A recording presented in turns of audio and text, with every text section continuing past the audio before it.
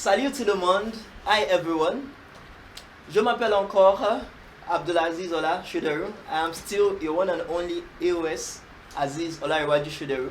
And today we are going to be talking about a very interesting topic which I really look up to. I've actually talked about it in one of my videos that I will talk about it based on the orders of some of my viewers. People have been asking that what are the things that they need to know about TEF Canada examination. So today I want to talk about the myths and the facts about the TEF Canada examination. These are some of the things that French teachers, French coaches are not actually talking about, and I prepared today's lesson, today's webinar for it. Now, the very first thing you need to know is that my name is Aziz Olariwaju Shuderu once again. I'm a language coach, a speaker, and an edupreneur. I speak only 5 to 6 languages, which is including French, Arabic, and Chinese. And I've taught French language for over 6 years now to Anglophones and also Francophones. And I've found out that there are basically 11 misconceptions and truths about the TEF Canada examination, which I've detected over the years based on the candidate's belief system. Some of them were actually nurtured based on the teachers that were teaching them, and some are based on the students themselves actually nurturing those misconceptions. Now, the very first myth is about fluency. I'm so particular about this because a lot of people especially do not want to learn French to master it. It's just the truth. They just want to learn French to pass an exam. And the truth about it is, with our French for TEF Canada examination online course, we help people learn French to pass exams. We don't learn French to become fluent. And that does not mean you will still not speak the language. You will speak the language, but you do not need to become fluent to learn and to prepare and to excel in the TEF Canada examination. It is all about knowing how to prepare for exam, not knowing how to become fluent. Because even for the IELTS exam, you believe, or you would also note that some English speakers take the IELTS and they still fail. So it's not about becoming fluent, but it's about actually taking exams and knowing how to actually answer questions. Now, the second myth is about duration. You do not need to spend years learning the French before you can write and excel in the TEF Canada. As a rule of thumb, in A.O.S Academy, for instance, you need just within 6 months or less to prepare for the TEF Canada examination while learning French from scratch to actually take it. We have had testimonials, people that have actually taken the exam within 6 months and excelled. But I need to tell you, you need to be very much serious with the language coaches before you can do that. It is a feat that is not easy to actually come by. Now, the next myth is about the course. If I enroll for a language program, I will pass the exam without my own study. The truth is, you cannot just leave all the work to a language coach or to a language teacher. You also need to self-study. You need to make use of the language. Practice using the language at your house, at home, at school, at everywhere you find yourself, at the marketplace. Even though people don't speak the language, you need to first of all think in the language, say the language before you now interpret it to people around you. I do that a lot of time when I was also learning the French language. Now, the myth 4 is that of zero level. Oh, I can't pass the TEF Canada exam because I know nothing of the French language. Yes, you know nothing of the French language now, but that does not mean you will continue knowing nothing of the French language.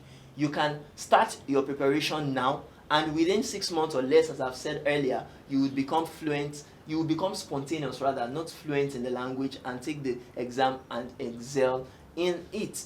Now, the next thing is about classes. Oh, it is not possible to learn a language offline at the 4 walls of a classroom or with a teacher. What I mean by that is, some people will say it is only possible, rather, not it is not possible, it is only possible to learn language offline. You understand, to be in a classroom. There are a lot of people that I know who learnt language online and they were not in a classroom to learn that language. They learnt it while they were speaking with native speakers on social media platforms. They learnt it through online courses. They learned it through conversations with people, through the phone calls, through text messages. It's quite easier, especially when you have a combination of both, but that does not mean you cannot still learn it. Now, the next thing is about the myth 6, about B2 grade. A lot of people say I have to obtain B2 grade in all the language skills in TEF before I pass the exam.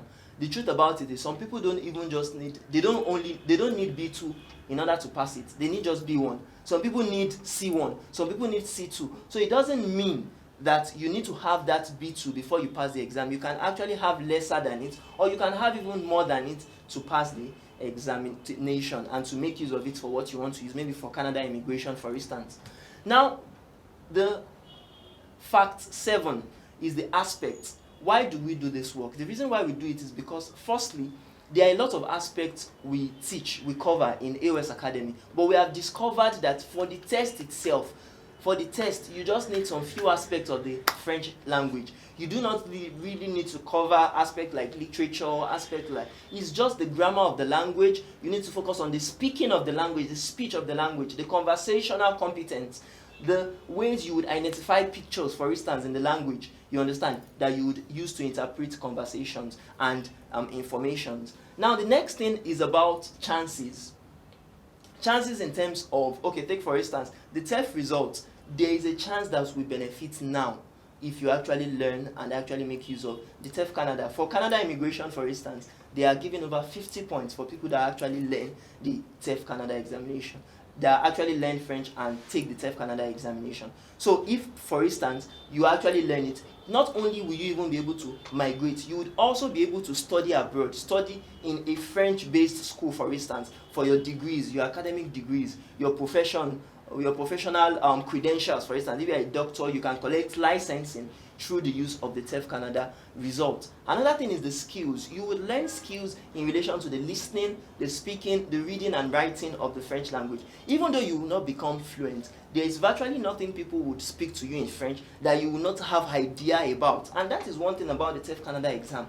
You just need to have some idea about it. You don't need to know the exact words or the perfect words about everything that is being said to you. And the beauty of it is that you can actually get your 50 questions. There are always like about 50 questions, 40 questions in some of these language skills. Once you know what you are expecting before the exam, you will know how well to prepare for it, and you will pass well when you actually take the exam. Now, your results will be provided to you within 6 to 8 weeks after the examination. Now it's even lesser, sometimes 6 weeks, because it is now CBT.